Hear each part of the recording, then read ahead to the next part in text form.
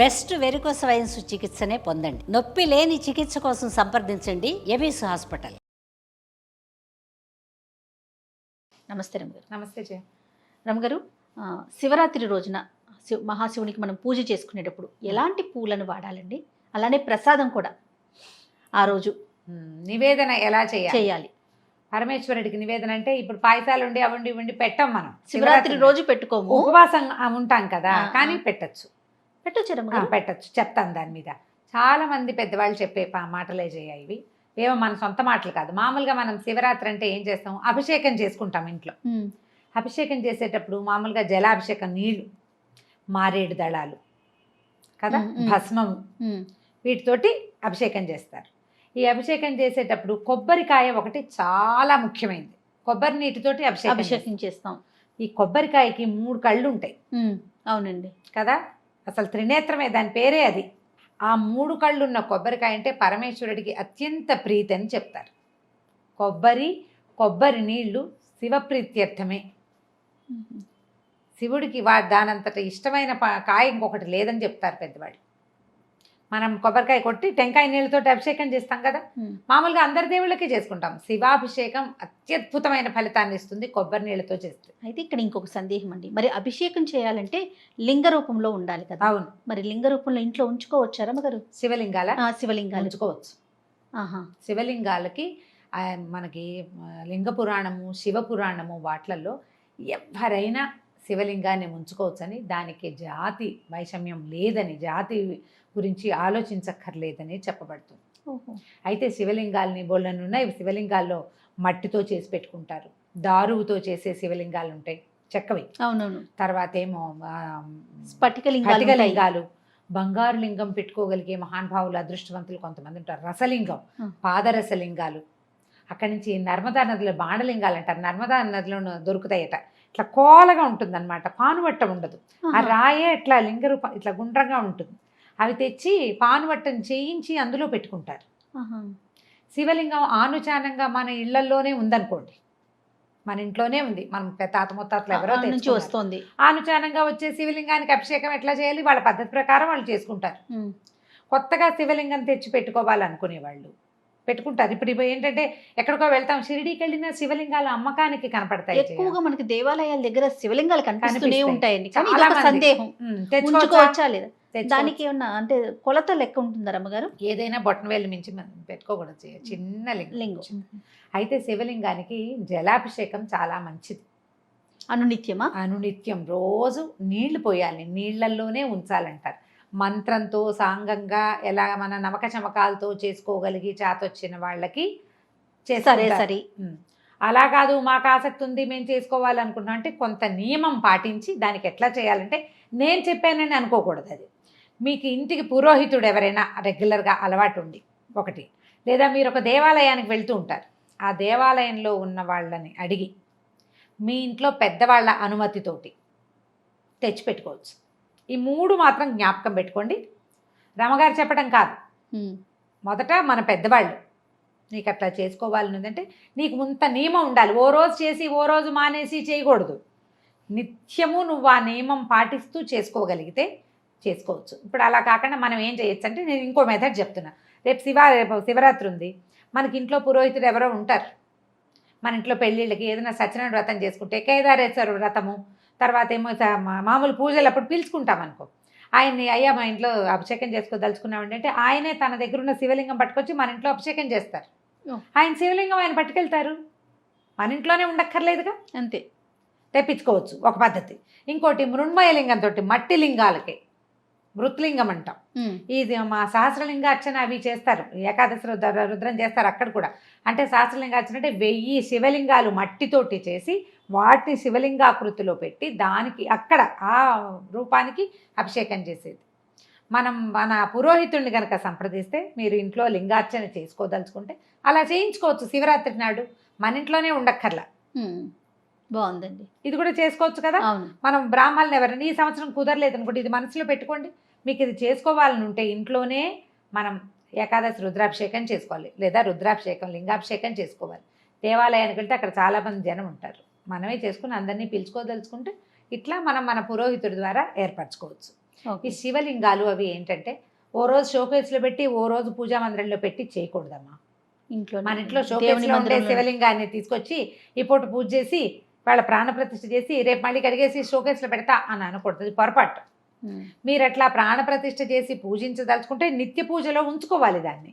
దానికి తగ్గ నియమం పాటించాలి. ఆ నియమాన్ని మీ పురోహితుడు కానీ మీ ఇంట్లో పెద్దవాళ్ళు కానీ నిర్ధారించాలి. ఒప్పుకుంటే పెట్టుకోవచ్చు, ఇలా చేసుకోవచ్చు. ఇప్పుడు ఈ మనం కొబ్బరికాయల గురించి మాట్లాడుతాం. కొబ్బరి నీళ్లతోటి అభిషేకం చేయటం. మామూలుగా మనం ఏం చేస్తాం, పంచామృత అభిషేకాలు చేస్తారు. పంచామృతాలు కుదరకపోతే ఒట్టిగా కొబ్బరి నీటితో అభిషేకం చేసినా కూడా పరమేశ్వరుడికి మహాప్రీతట. ఆ కొబ్బరికాయ నివేదన, ఆ ముచ్చుకలు తీసేయటం, స్వామికి నివేదన చేయటం.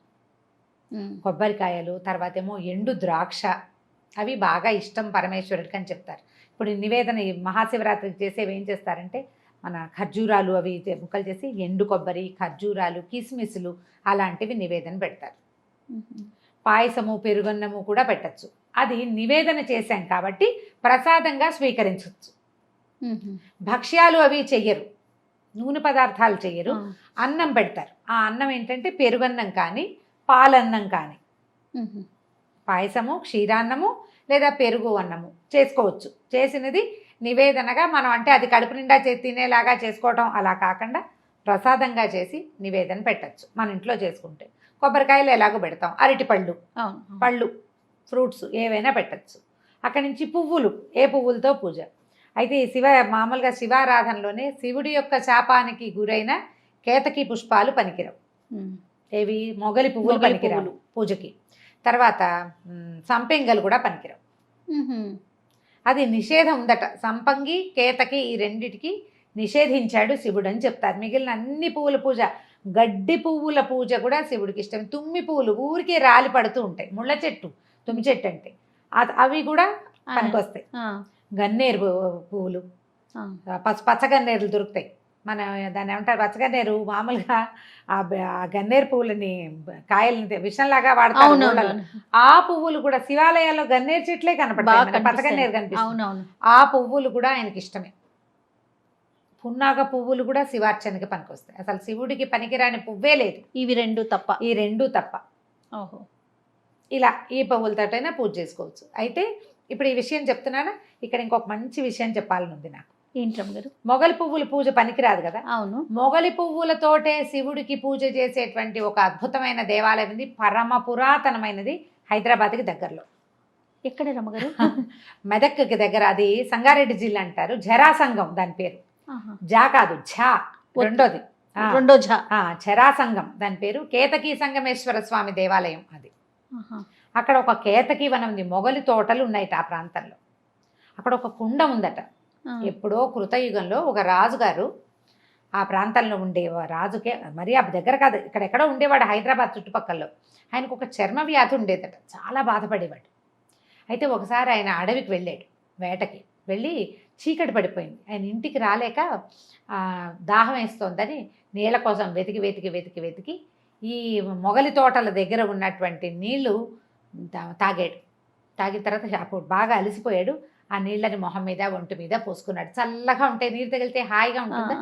తర్వాత ఆయనకు తెలిసింది తనకు ఒళ్ళు దురదలు అవి లేకుండా పోయాయి అని. దేనివల్ల పోయాయి అంటే ఆ నీటి వల్లే తనకి పోయింది చర్మవ్యాధి అని తెలిసిపోయింది పూర్తిగా ఆయనకి చర్మవ్యాధి. అప్పుడు ఆయన అక్కడ ఆ ప్రాంతంలో వెతికి, అక్కడ ఈ నీరు కనిపిస్తుందా, అక్కడ ఒక చిన్న శివలింగాన్ని పెట్టుకుని పూజ చేసుకున్నాడు పొద్దున్న. ఆ రాత్రి ఆయనకి కల వచ్చిందట, పరమేశ్వరుడు ఈ ప్రాంతంలో నన్ను ప్రతిష్ఠ చెయ్యి నువ్వు అని. ఆ రోజు ఆయనకి ఏ పుష్పాలు దొరక్క పక్కనే ఉన్న కేతకి వనంలో వాసనలు, మొగలి వాసన వస్తుంటే ఆ వాసనే నీకు సమర్పిస్తున్నాను స్వామి అని చెప్పాడట. పువ్వులు లేవు, వాసనే. ఏ గంధం అయితే వస్తుందో ఆ గంధం నేను నీకు సమర్పిస్తున్నాను, ఆ పుష్పాలతో నాకు పూజ చేయించమని చెప్పాడు పరమేశ్వరుడు. అక్కడ ఆయన ఒక శివాలయం కట్టించారట. కృతయుగంలో కట్టిన శివాలయం, ఆలయం పోయింది. తర్వాత కాలంలో మళ్ళీ కట్టబడింది సంగమేశ్వర స్వామి.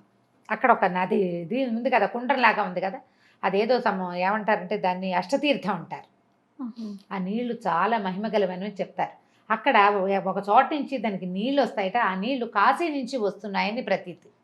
ఇక్కడ తపస్సు చేసుకోవడానికి వచ్చినటువంటి స్వామీజీ ఒక ఆయన కాశీ వెళ్ళి తన దండాన్ని అక్కడ పాడేసుకున్నారట. ఆ దండం ఆ నీళ్ల ద్వారా ఈ కుండంలో తేలిందట. ఓ, అద్భుతం కదండి. అద్భుతమైన విషయం, అదే చెప్తారు. చాలా మంచిది, చాలా బాగుంటుంది. చిన్న దేవాలయమే కానీ అత్యంత పురాతనమైనది. ఎక్కడా ప్రపంచంలో లేని మొగలి పువ్వుల పూజ ఇక్కడ ఇక్కడ పరమేశ్వరుడికి జరుగుతుంది. ఇప్పుడు కూడా అనునిత్యం ఉన్నది. అలాగే జరుగుతుందండి. ఉన్నది, ఇప్పటికీ ఉంది. ఆహాహా. ఇప్పుడు మనం ఆ కుండం అని చెప్పుకుంటున్నామా, ఆ కుండంలో భిక్ష, మధ్యాహ్న భిక్ష అని వేస్తారు, అన్నం పెడతారు. ప్రవాహమేమో అట్నుంచి వస్తుంది, వీళ్ళు వేసిన అన్నం ఇట్నుంచి వెళ్ళిపోతుంది. నీరు వస్తుంది అట్నుంచి, అన్నం మాత్రం ఇక్కడ నిలవదు, అన్నం మాత్రం అటు వెళ్ళిపోతుంది. రెండు ఉంటాయి ఒకే చోట. ఒకటి నీరు వచ్చేది, మనం వేసింది పువ్వులు అవి కూడా వెళ్ళిపోతాయి. మనం జ్వాల దీపం పెడితే దీపం కూడా వెళ్ళిపోతుంది. చాలా విచిత్రమైనది, ప్రకృతి సిద్ధమైన వింటే బహుశా ఇది. కానీ అక్కడ ఉన్న భగవంతునికి ఆ రకమైన ఆయన ప్రీత్యర్థమే ఇట్లా జరుగుతుందని చెప్తారు.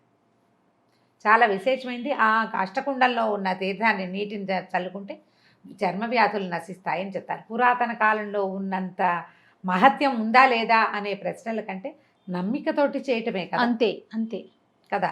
కాబట్టి పరమేశ్వరుడికి అన్ని పువ్వులతో పూజ చేయండి. మొగలి పూలతో మనం పూజించకూడదు. ఆ పూజ జరిగే దేవాలయానికి వీలైతే చూడండి, జరాసంగం, కేతకీ సంగమేశ్వర స్వామి వారి దేవస్థానం ఈ పేరు.